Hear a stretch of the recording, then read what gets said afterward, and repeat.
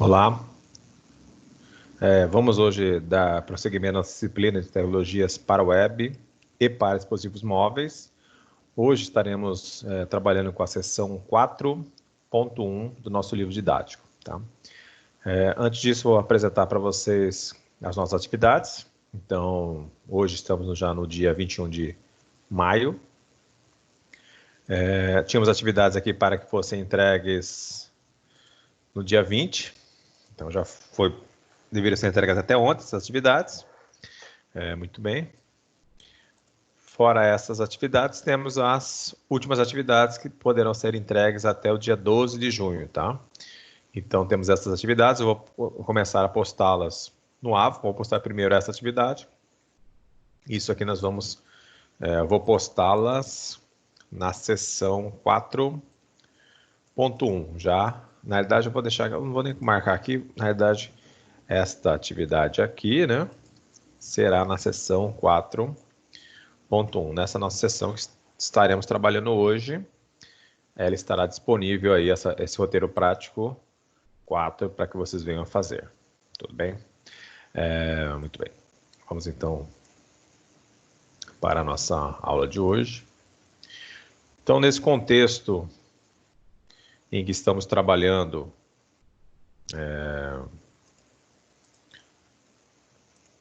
na nossa disciplina de tecnologias para web e para dispositivos móveis, levando em consideração que as duas primeiras unidades trabalhamos com tecnologias para web, sendo que na primeira unidade mais um método conceitual de se criar sites, o padrão a ser seguido, né, sugestões. Na unidade 2, a parte mais prática, né, na qual desenvolvemos alguns exemplos usando HTML, usando PHP, usando CSS, usando JavaScript. Na unidade 3 e 4, trabalharemos especificamente sobre dispositivos móveis, sendo que nessa unidade 3, trabalhamos a parte teórica do surgimento dos dispositivos móveis, né? Passamos pela evolução, pelos sistemas operacionais, a arquitetura, né, deles e sistemas operacionais, e basicamente apresentando também que atualmente as duas plataformas mais utilizadas para dispositivos móveis. Nessa unidade 4, trabalharemos a parte de desenvolvimento para dispositivos móveis. E nessa sessão de hoje estaremos vendo um conceito de orientação a objeto. Muito bem. Então, nós aqui nessa sessão, como eu mencionei, será uma introdução ao paradigma da orientação a objeto. Então, a orientação a objeto ela não é recente, é um tema já bem abordado, eu acredito que vocês já devam ter trabalhado com ela em alguma disciplina. É um tema que, mesmo sendo, já está no mercado há bastante tempo, mas é um dos conceitos que faz com que o nosso curso seja um curso superior, né? Não que seja uma plena ciência, mas podemos considerar que o paradigma orientado a objeto é a nossa principal arma para desenvolver aí dispositivos, né?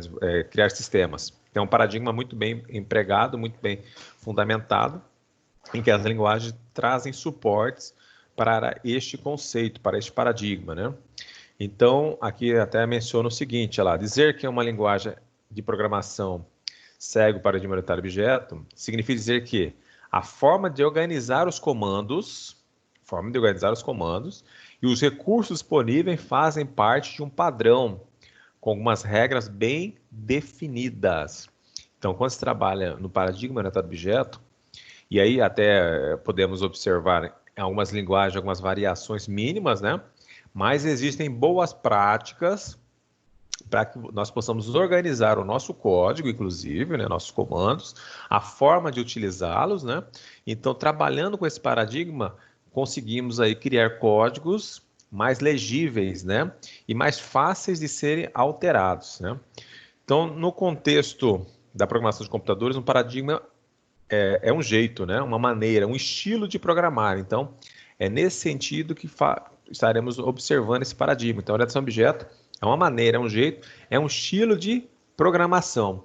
Se bem entendida pelo programador, né, pelo analista, desenvolvedor, isto é uma forma de padronizar o desenvolvimento, né, e para que possamos controlar equipes com vários desenvolvedores, então é interessante que todos os desenvolvedores tenham a plena convicção dos benefícios da utilização deste paradigma orientado a objeto, né, dessa forma de programar. Muito bem. Então, a La Santos nos ensina que a paradigma de programação orientada a objeto considera que os dados a serem processados e os mecanismos de processamento desses dados devem ser considerados um conjunto, através de um modelo.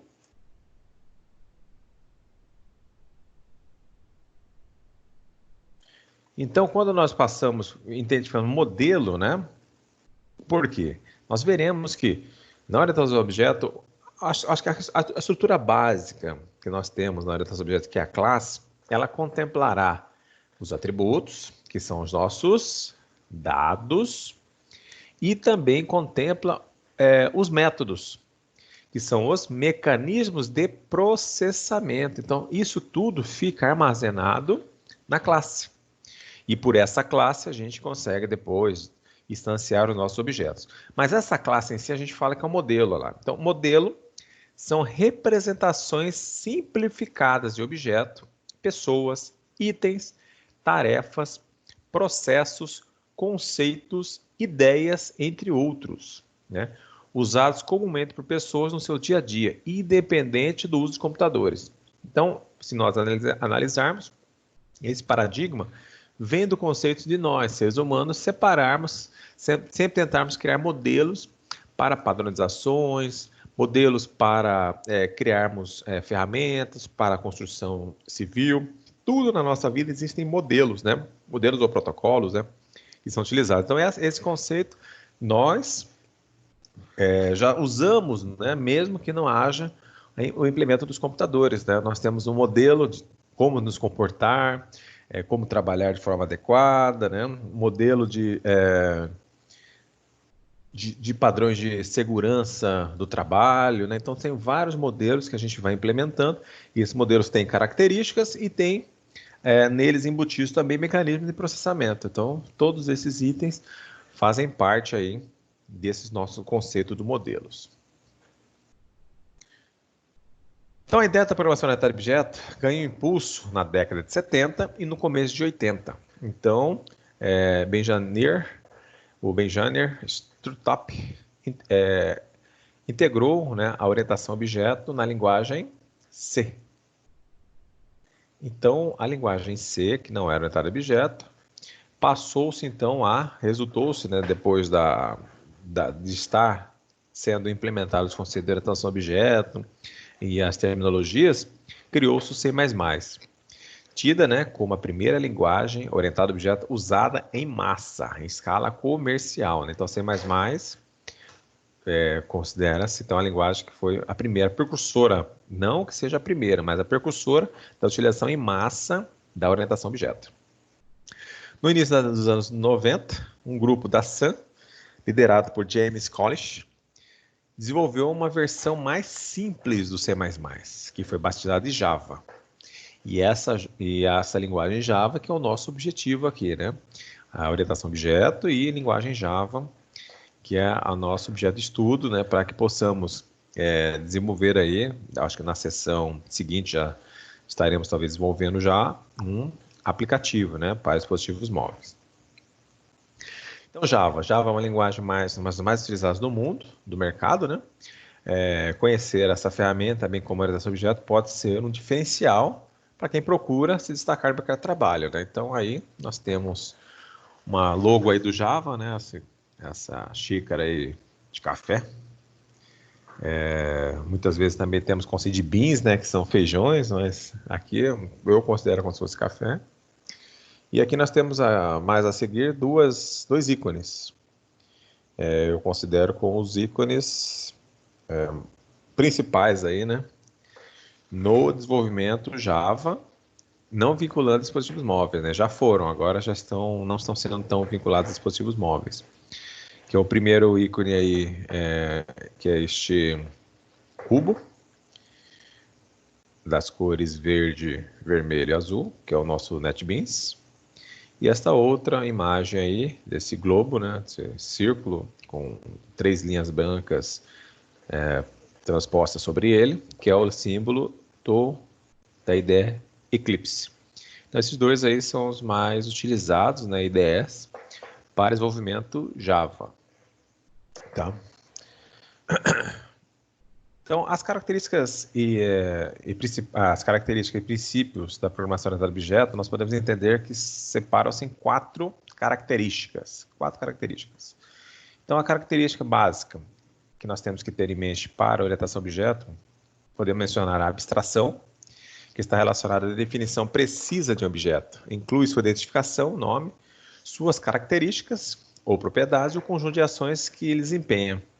A abstração de objetos será representada por uma estrutura conhecida como classe. Então, quando estamos pensando em orientação a objeto, já nos remete à cabeça classe. E para que idealizemos essa classe, devemos usar o conceito da abstração para que possamos tentar agrupar ali, né, em nossas classes itens comuns, né, ou itens que fazem parte daquele modelo que estamos tentando codificar.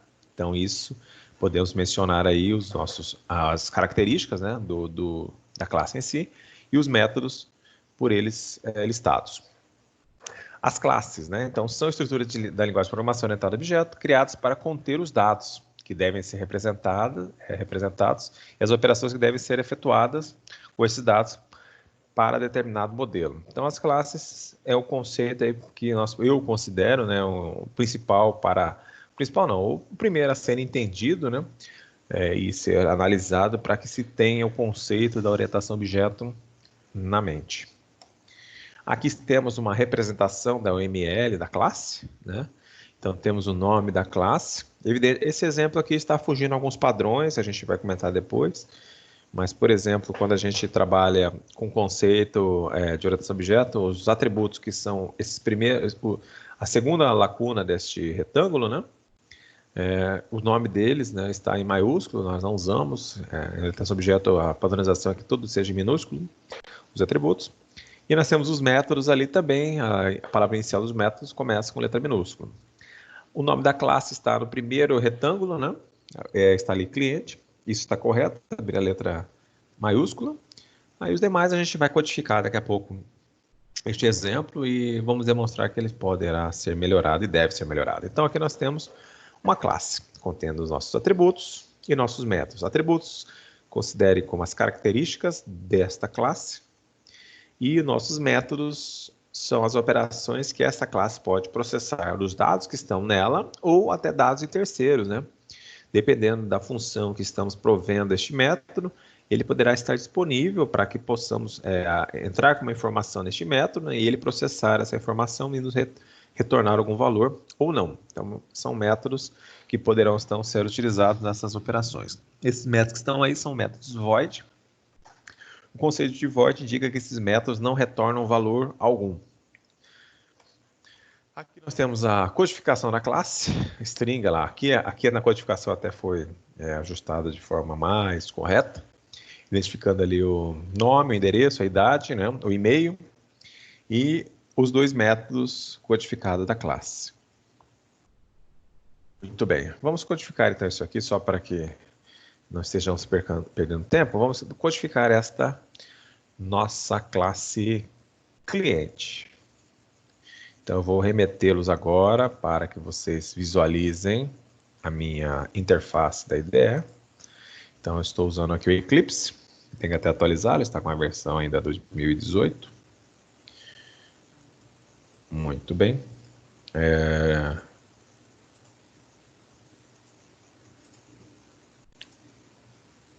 Vamos, então, abrir aqui um novo projeto. Então, você instalando o Eclipse, poderão baixar a versão mais atual. Eu aconselho a que vocês instalem o JDK. O JDK será importante também para que vocês possam habilitar um ambiente de desenvolvimento para dispositivos móveis, né? Então é necessário que vocês também tenham que instalar o JDK completo e depois instalariam também o Android Studio. E também podem já instalar o Eclipse. Faremos aqui no Eclipse alguns exemplos. Então vou clicar aqui em File, New, Projeto Java. Aqui estarei colocando aula TWDM, nossa disciplina, né? Tecnologias para web e para dispositivos móveis. Nossa aula de hoje é a aula 11. Então, vou finalizar, esse é o nome do meu projeto, está aqui. Vou adicionar aqui uma classe, no caso da classe em questão que está ali, a classe cliente. Primeiro nome ali em maiúsculo, uma classe pública. Cliquei em finalizar, já está aqui nossa classe cliente. Agora vamos então criar aí os 4 atributos, no caso nome. Opa. Isso, porque eu tinha ajeitado aqui, mas não deu certo. Nome, endereço, ó, observe, eu não deixo letra maiúscula, né? Idade e e-mail. Idade e e-mail. Muito bem. Lá não estava citando, mas por padrão também devemos colocar aqui a visibilidade desses métodos. Eu vou colocar a visibilidade pública para que... Vou colocar apenas um private e vamos colocar os demais públicos, tá? Então aqui eu vou colocar esse como private. Os demais métodos serão, os demais atributos, desculpe, serão públicos. Público então indica a forma com que outras classes poderão acessá-los, né? Quando utilizamos esse conceito de público e private, estamos utilizando o recurso de encapsulamento. Eu acredito até que vou deixar esse aqui público, porque ainda veremos o item encapsulamento, aí vocês veremos o que usar no item público, private, protect, ou sem esse método de visualização aqui. Muito bem, vamos agora partir para os dois métodos. Temos incluir novo, incluir novo cliente. Eu estou colocando só o nome aqui para não esquecê-lo, né? E o do outro é atualizar dados. Muito bem. Atualizar dados. Então, os métodos, quando a gente faz o método, nós temos que colocar a visibilidade para eles também. Vou colocar com eles como público e eles são void. Void indicam que eles não retornam informações. Vou colocar apenas aqui uma informação, uma saída de dados, né? Um system.out.print ln, só para que incluído com sucesso. Apenas uma mensagem, né? Como aqui, eu vou colocar também para este outro aqui, este outro método. Então vamos lá, public, void, atualizar dados. Também vou colocar aqui apenas a informação, né? Apenas um system, para que nós estejamos fazendo uma saída.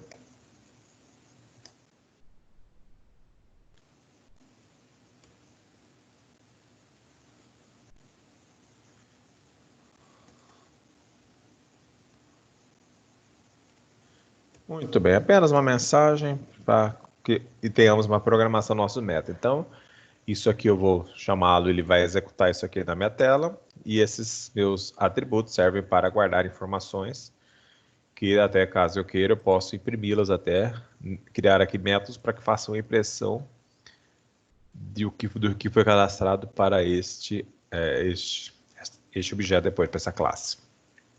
Muito bem, então era apenas essa implementação. Então aqui é uma codificação da classe, daquela imagem que nós vimos lá na aula.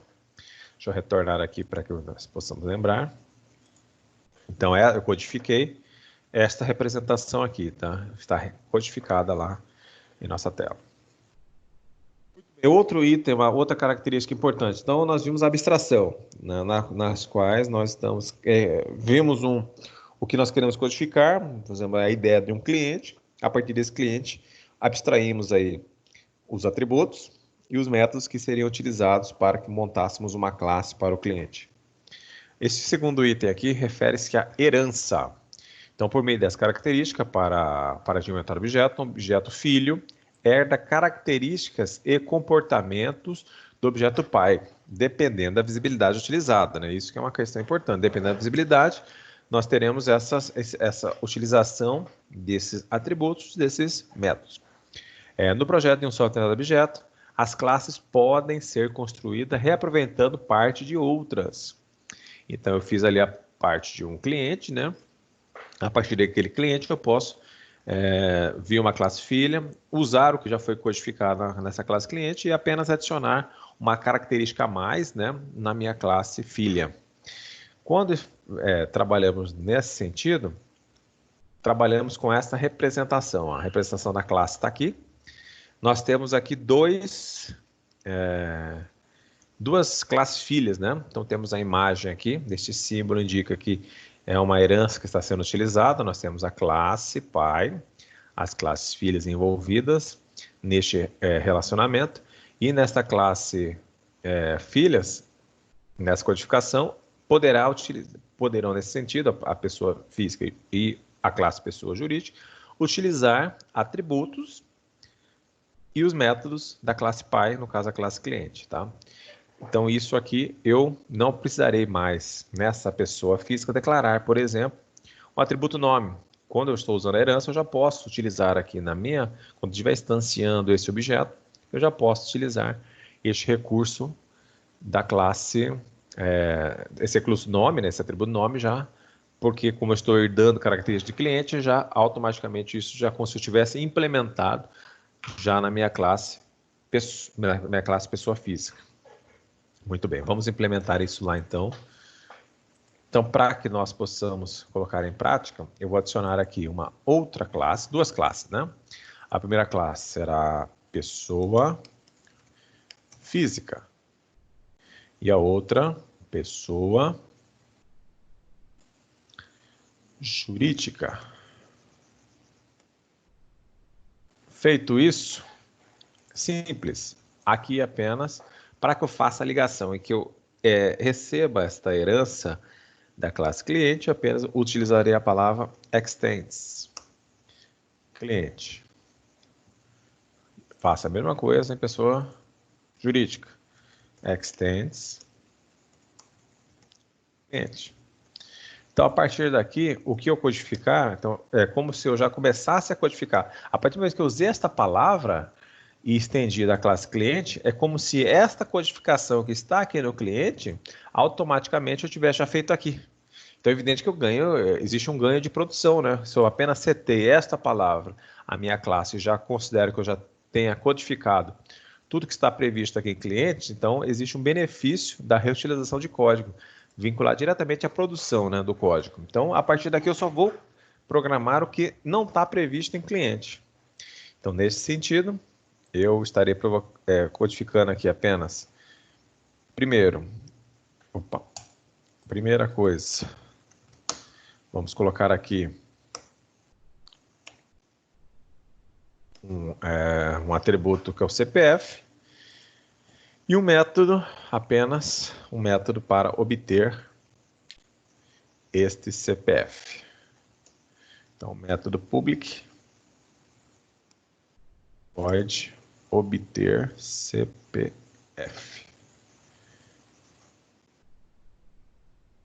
Se obter CPF, eu vou apenas fazer o seguinte. Vou até mudar aqui, colocar um parâmetro, né?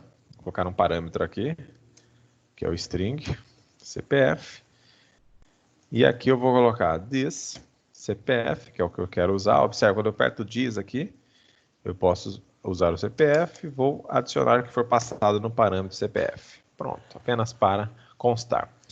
Na pessoa jurídica, eu farei a mesma coisa, só que aqui, ao invés de estarmos criando um atributo CPF, será o CNPJ. E aqui também teremos um método para obter CNPJ.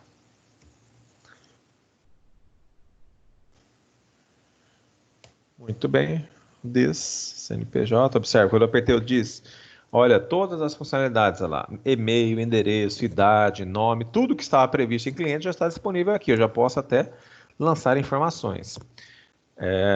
Até, inclusive, ao lado direito aparece de qual classe pertence esse recurso. Observe que nós temos uma classe lá, Object. Essa classe Object, ela indica a classe principal Java. Então, tudo do Java, mesmo que se você criou uma classe nova, digamos ali o cliente, que não herda características ali implicitamente, desculpe, não carrega características explícitas de outra classe, mas implicitamente ela está derivada da classe Object. Tá? Então, nós temos aqui CNPJ. Muito bem. Feito isso, já codificamos aquela herança que estava descrita naquela imagem, né? Pessoa jurídica estendendo cliente, pessoa física estendendo também cliente. Muito bem. Vamos voltar aqui. Então, aqui é o atributo da herança. Aqui está a codificação. Essa codificação nós já fizemos ali, né? Então, a palavra base-chave para esse processo de herança é o extends. Em Java, a herança direta só poderá ser feita por uma classe, né? Então, não existe herança múltiplas diretas, né?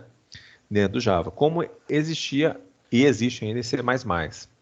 Então, a herança, ela poderá até, se eu tiver uma hierarquia de herança na vertical com várias classes herdando uma para as outras, é evidente que indiretamente eu consigo obter uma herança múltipla, mas diretamente aqui no Extend, colocando várias classes diretamente, não é possível no Java. A outra situação é o polimorfismo. Esse polimorfismo a questão é a seguinte: já sabemos que o objeto filho herda características e ações de seu objeto pai, situado hierarquicamente acima do primeiro. Contudo, em certos casos, precisamos definir ações do objeto de outra forma. Assim, o polimorfismo consiste em dar outra forma a algumas ações herdadas do pai. Então, aqui temos um exemplo. Nós tínhamos na classe pai o atualizar dados, mas caso estejamos desejando alterar algum item, então nós temos já previsto o método, mas eu quero na minha classe filha fazer um outro mecanismo para este método, eu posso reprogramá-la, reescrevê-la na minha classe filha. Então eu vou chamar da mesma forma, o mesmo método, o mesmo nome, mas dependendo como eu chamar, as ações serão diferentes. Então como é que é feito isso? Vamos voltar aqui, demonstrar. Então, vocês já devem estar vendo aqui novamente a nossa interface aqui do Eclipse. Então, basicamente, nós temos aqui em cliente, temos um método aqui, atualizar dados. E eu quero reescrevê-lo, eu não quero, aqui vai ter uma mensagem lá, dados atualizados, né? Vou deixar até um if aqui falando que aqui é do cliente. E eu vou codificar uma outra questão apenas para diferenciar, mas eu vou recodificar, eu vou reescrever este método aqui na classe filho. Então, como é que isso funciona? Nós iremos fazer o seguinte. Eu costumo, né, até para ficar mais claro, usar uma notação chamada override. Em override eu vou e reescrevo o que eu preciso.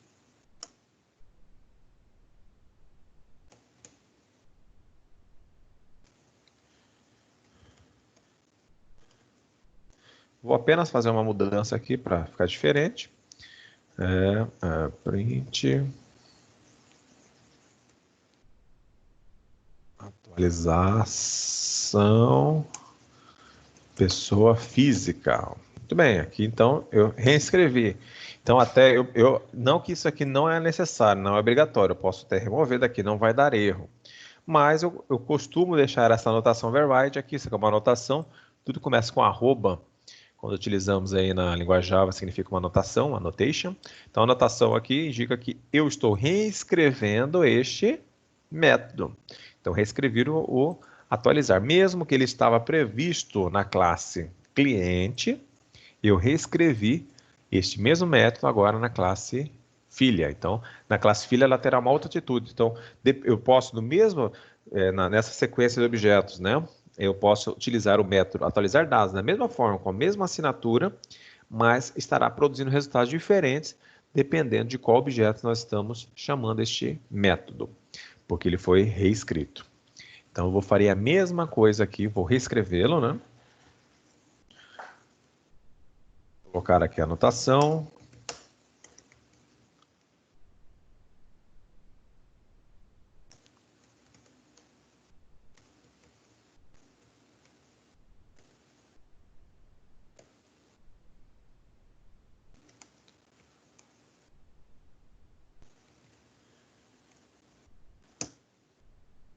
Muito bem, então está aqui pronto. Está tudo pronto aqui. Nós reescrevemos o método. Ele está aqui. E observe, se eu, como estou reescrevendo, e quando eu usei ali este operador aqui, essa anotação, ele vai verificar para mim se o método está correto. Então, ele está falando que não está correto, não estou reescrevendo. Se eu não usasse essa anotação, ele aceitaria, porque eu não indiquei que estava sendo uma anotação. Então, por isso que eu gosto de usar a palavra anotação override, para que o meu compilador interprete se eu estou escrevendo com a mesma grafia da classe Py quando estou reescrevendo o método. Então, o compilador foi lá e observou que a grafia estava errada, porque a grafia aqui, atualizar dados. Se estiver faltando uma letra aqui, ele vai verificar para mim. Se eu não tivesse a palavra anotação aqui, ele passaria, ó. Eu estaria achando que estava reescrevendo o método, mas não estou reescrevendo, porque eu criei um método diferente do que estava previsto no cliente. Já com a anotação aqui, ele vai verificar e ela já mencionou que está errado. Se eu estou querendo reescrever um método da minha superclasse, então ela está errada. Então eu tenho que vir aqui e corrigi-lo, tá? Então isso aqui é o polimorfismo. Daqui a pouco nós faremos um teste para que vocês vejam aí a utilização desse recurso diretamente, mas vocês viram que o polimorfismo está ligado a usar a mesma assinatura do método, mesmo nome do método, mas ele vai fazer ações diferentes porque foi reescrito nas classes filhas. Muito bem. E o encapsulamento? Encapsulamento significa que estejamos alterando aí a visibilidade do nosso atributo. Observe que aqui nós temos foi definido aqui agora, até colocou private no CPF, e aí nós temos que prever que essa visibilidade, quando, por padrão, atributo, a gente sempre coloca ele como privados, para que eu, na minha classe, eu possa gerenciar o acesso a esses meus atributos e até o que está sendo salvo neles. Então, para que haja esse controle, uma boa prática da programação orientada a objeto é deixar todos os atributos privados e nós codificarmos os métodos que farão acesso a esses dados que estão nos atributos. Tá? Então, vamos lá novamente fazer o último teste aqui. Então, aqui eu vou mudar, ó, observe, vamos mudar aqui primeiro para private. E eu vou fazer o seguinte, quando a gente usa esse recurso, quando eu coloquei privado ali meu atributo CPF, ninguém poderá acessá-lo, tá? Externamente, esse atributo não estará acessível externamente. Então, para que possa ter acesso, eu preciso criar métodos getSet para que façamos acesso a este atributo. Então, como é que funciona? Existe também uma padronização, tá? Isso aqui é um padrão. Então, public void set CPF diz.cpf CPF, o que foi passado para. Então, essa forma de salvar os dados, evidente, aqui é uma forma simples, mas quando um CPF, eu poderia, antes de salvar esse dado que está vindo do usuário, eu verificaria se é um CPF válido ou não antes de salvar. Se não fosse válido, já apresentaria uma mensagem que não são válidos e não poderia salvá-lo. Como também eu posso exibir a informação em CPF. Para exibir, nós temos que considerar, poderíamos formatar até para que esse CPF fosse apresentado ao nosso usuário, return CPF. Muito bem. Então, fiz privado e fiz os getSet para que nós tenhamos acesso a esse atributo. Farei a mesma coisa aqui. E vou criar a mesma situação, né? Primeiro um set.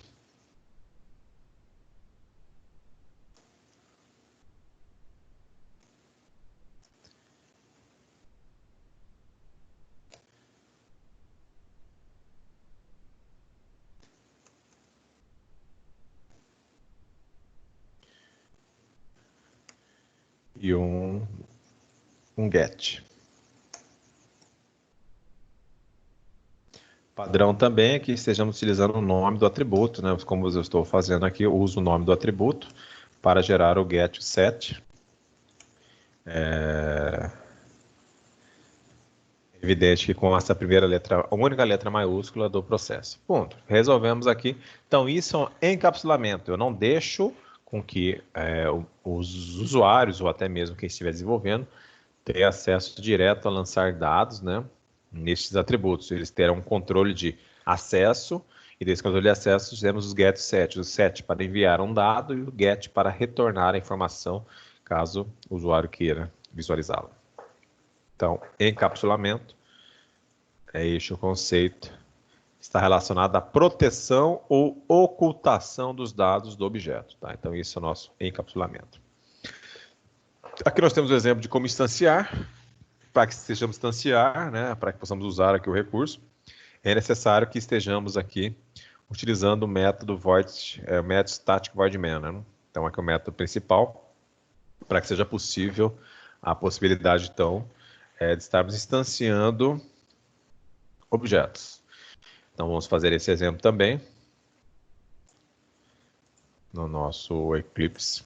Então, eu vou criar aqui uma classe principal. Aqui é possível marcar, já que será uma publicidade void main, mas é interessante que nós digitemos no começo, né, para que possamos sempre lembrar qual é a sintaxe, né, de estarmos criando isso. E aí não estejamos esquecendo aí, caso tenhamos que fazer no braço esse static void main. Então esse é um método que possibilita que estejamos instanciando objetos. Então eu vou criar aqui, por exemplo, vou criar um objeto CLI, que é um objeto da classe cliente. Ó. Observem, esse aqui é da classe principal, né? Classe lá, a nossa superclasse. Nome da classe, o nome do objeto, a palavra new, que estamos instanciando o objeto, e aqui é o nome do construtor do cliente. Construtor é um método que tem o mesmo nome da classe. Nesse sentido aqui, nós não temos o construtor explícito, né? Temos eles implícito. Toda a classe Java tem que ter um construtor. Então, mesmo que nós não tenhamos programado, ela já existe, que é com essa grafia aqui. A partir daqui, o CLI, eu já posso, lá, salvar nomes nele, né?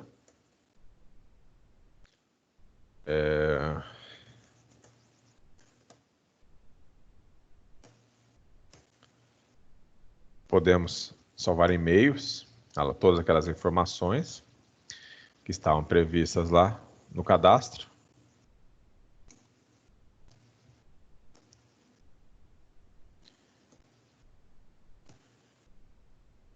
E também podemos fazer ações, ó, inserir dados, né, inserir um novo. Lá, já é um método que ele fez. Eu posso também instanciar, observem, da pessoa física também, né? PSF, o nome do objeto, pessoa física. Observe que mesmo pessoa, ó, PES, observa lá, o nome está aqui disponível. Eu posso lançar o nome que eu desejar. O diferencial é que aqui eu também posso enviar o CPF. Então, vou lançar um CPF aqui para a Márcia. E posso também utilizar aqui o método que nós modificamos, né? O atualizar. Aqui eu vou também usar o cliente vamos atualizar dados. Então, atualizar dados funcionará diferente, a mesma grafia, aqui funcionará de outra forma também. E podemos também criar o objeto da pessoa jurídica.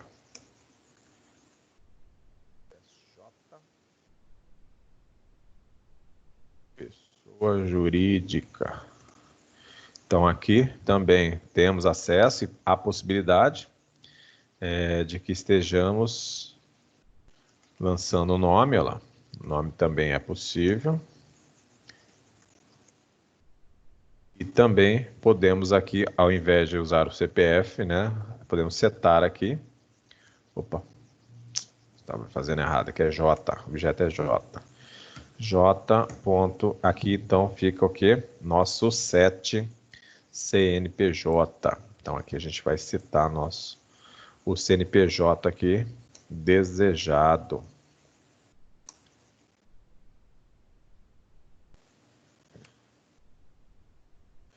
Tá aqui o CNPJ e eu também posso, nesse sentido aqui, usar o atualiza dados que trarão um resultado diferente.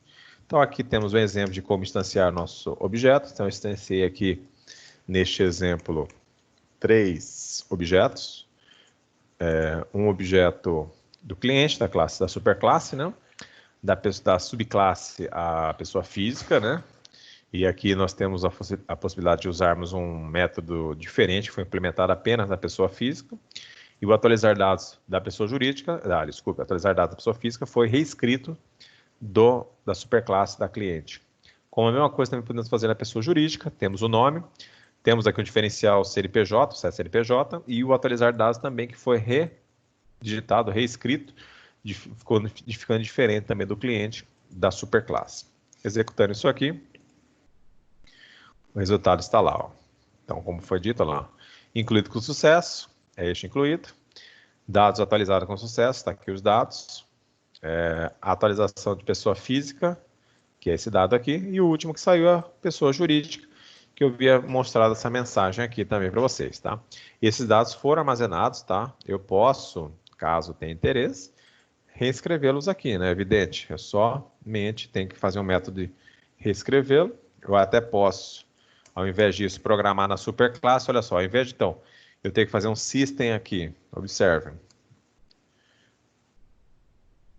Colocar aqui para imprimir o nome um por um, ó, olha só, eu queria colocar este código aqui, mais este código aqui, mais um outro aqui. Só para que eu imprimisse o nome, eu teria que gerar 3 linhas, né, de código para que eu obtivesse o resultado e escrever o nome dos clientes cadastrados. Então, eu teria que fazer isso aqui, ó, apareceu o nome da Daniele, da Márcia e assim por diante, né? Então, eu teria que fazer 3 linhas de código para escrever o nome. Mas eu posso resolver isso fazendo a seguinte situação, ó, colocando isso na superclasse. E aí apenas estaria já escrevendo essa informação no incluir cliente ou em outro ponto, né? Eu venho aqui e faço já o imprimir aqui, né? Imprimir. E esse imprimir aqui eu já vou escrever aqui o nome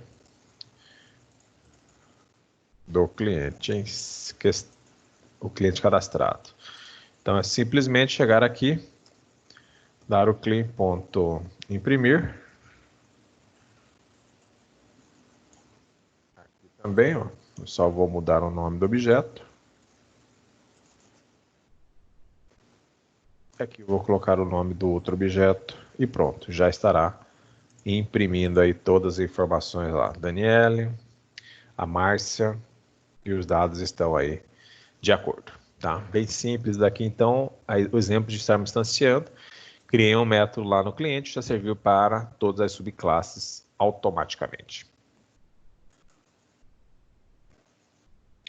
Então, aqui era o exemplo, aí encerramos nossa sessão 4.1. Estarei deixando nessa mesma sessão o roteiro prático 4, para que vocês pratiquem, tá? E aí eu peço que vocês estejam lendo aí a sessão 4.2, prepare os computadores, vamos trabalhar aí porque estamos chegando próximo ao fim da nossa disciplina. Então é interessante que vocês tentem aí trabalhar um esforço extra aí, para que possam fazer as atividades e que estejamos concluindo essa nossa disciplina com sucesso, tá? Então, ó, uma boa semana de estudo para vocês e até a próxima.